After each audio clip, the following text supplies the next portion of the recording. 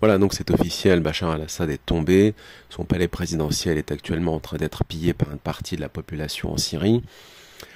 Donc effectivement, comme nous le disions, c'est une offensive éclair qui a été lancée par les rebelles mercenaires, entre parenthèses, une offensive assez hallucinante dans la mesure où pendant 10 ans les rebelles n'ont réussi absolument à rien, aussi longtemps qu'ils étaient modérés, entre parenthèses, aussi longtemps que c'était l'armée syrienne libre, et d'autres factions dont la majorité des gens ont oublié les noms, mais eux n'ont réussi absolument à rien à l'époque, mais quand c'est Al-Qaïda qui mène la danse, si je puis dire, et bien là l'offensive est claire, et la prise d'abord d'Alep, puis de Hama, et enfin de Homs, et puis aujourd'hui de Damas, est extrêmement rapide, et le pays a totalement chuté. Bachar est parti, j'ai vu qu'un de ses ministres, le premier ministre, était en état d'arrestation, et les autres également, bon enfin bref.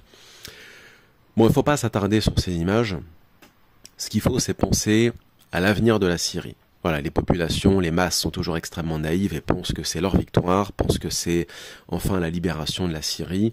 Moi, je dirais que c'est surtout le début des très gros problèmes et d'autres troubles et aussi d'autres occupations quand cette population va se rendre compte qu'ils n'ont servi que des intérêts étrangers comme ceux à l'époque, dans les années 90, fin 90, qui se sont battus contre la Serbie pour donner naissance à un Kosovo libre, se sont rendus compte par la suite qu'ils ont donné naissance à un État mafieux dont leur chef d'État est actuellement sous les verrous. Il faut le rappeler quand même que Hashim Tachi, qui nous a été présenté d'abord comme un musulman, puis à l'époque comme un islamiste, puis après comme un anti-islamiste, puis un laïc, puis au final c'était bien ce que Pierre Péon et d'autres avaient dit, c'est-à-dire un égorgeur comme Djoulani de HTS ou de Hayat Tahrir al-Shem, et un trafiquant d'organes. C'est pour ça qu'il est incarcéré depuis le Covid.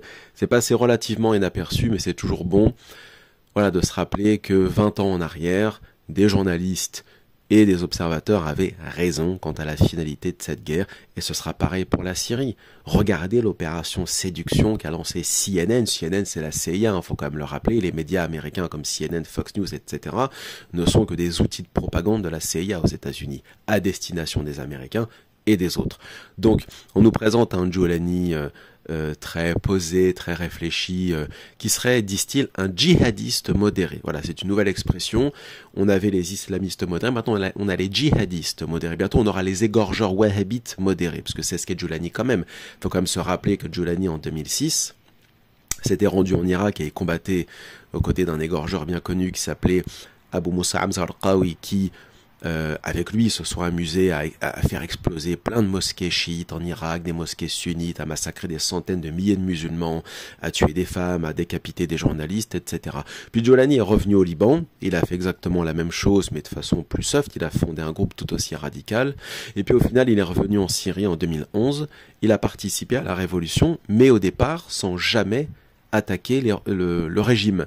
Les seules attaques que Djoulani aux côtés de Daesh par ailleurs, mais aussi donc de son Al-Qaïda, qui s'appelait à l'époque Jabhat al-Nusra, ce fameux groupe dont Laurent Fabius, qui était ministre à l'époque et sioniste bien évidemment, nous avait dit ils font du bon boulot. J'imagine que Laurent Fabius doit être très heureux de savoir que son boy a réussi et désormais a conquis Damas, puisque visiblement il a fait du bon boulot. Donc ce Djoulani, entre 2011 et au moins 2016, ne faisait que lancer des attaques sur tous les rebelles syriens classiques, on va dire modérés, canal historique, tous ceux qui ont disparu, comme Jamal Marouf, etc., qui sont partis se réfugier en Turquie parce qu'ils n'étaient même plus pourchassés par le régime à la fin, mais par Djoulani, Bardadi, Daesh, etc. Voilà comment a fini la révolution syrienne. C'est une révolution qui a été volée par Al-Qaïda. Et là, désormais, ce sont les Turcs, les services turcs, l'armée turque qui appuie Djoulani. Ce sont aussi discrètement les Américains à travers l'opération CNN, etc. Sûrement les Émirats aussi. Mais ce que les Syriens n'ont, parce que beaucoup de Syriens, bon, certains sont tout à fait conscients, il fallait se débarrasser de Bachar, mais sont conscients aussi de ce que cache cette offensive et de ce qui se cache derrière Djoulani et les autres. Mais beaucoup d'autres sont extrêmement naïfs et ne mesurent pas. Vous savez, cette nuit, l'armée israélienne est rentrée sur le plateau du Golan. Il est tout à fait possible, c'est une hypothèse que je vais émettre, que ce qui va se passer, c'est que face à l'instabilité, on va se retrouver dans une situation comme en Afghanistan après la guerre contre les Russes, quand les islamistes, entre parenthèses, les talibans, même pas eux, mais les autres, comme Hekmatyar et Azzam, etc., ont chassé les Russes, après, ils se sont entretués entre eux, et le pays a sombré dans une guerre civile.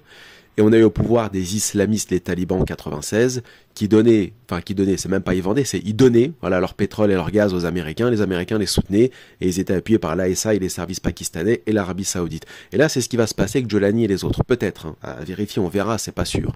Mais j'aimais cette opinion, cette hypothèse, c'est que ces gens-là vont prendre le pouvoir. Ils vont s'embrouiller les uns les autres entre rebelles parce que les trois quarts, c'est plus que des mercenaires de la Turquie, il faut le savoir quand même.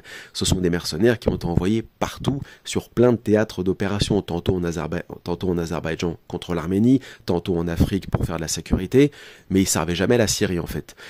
Ils vont s'entretuer les uns les autres, le pays va être instable, les Américains, Trump et sa clique de néoconservateurs vont justifier une intervention, Israël au nom des droits de l'homme, etc., et ça va passer crème, va rentrer en Syrie, prendre des territoires au nom du grand Israël et soi-disant de la sécurité de ses frontières, et le pays va se retrouver comme la Bosnie, le Kosovo, c'est-à-dire une espèce de jardin américain, israélo-américain au Moyen-Orient.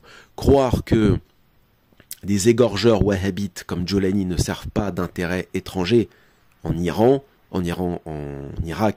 à l'époque, Zarqawi et Al-Qaïda au Levant, au couchant, etc., servaient des intérêts iraniens. J'ai pas le temps de développer ici, mais voilà, tout le monde le sait.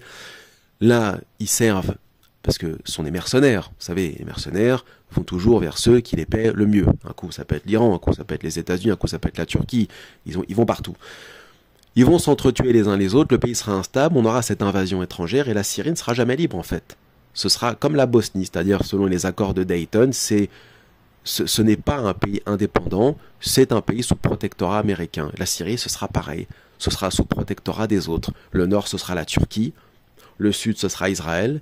Les Américains sont déjà depuis des années à Deir ez-Zor en train de contrôler les puits de pétrole, et ils peuvent aller encore plus loin, et puis récupérer les bases que les Russes et les Iraniens vont abandonner, parce que c'est déjà le cas, comme à Latakia, Tartous, etc.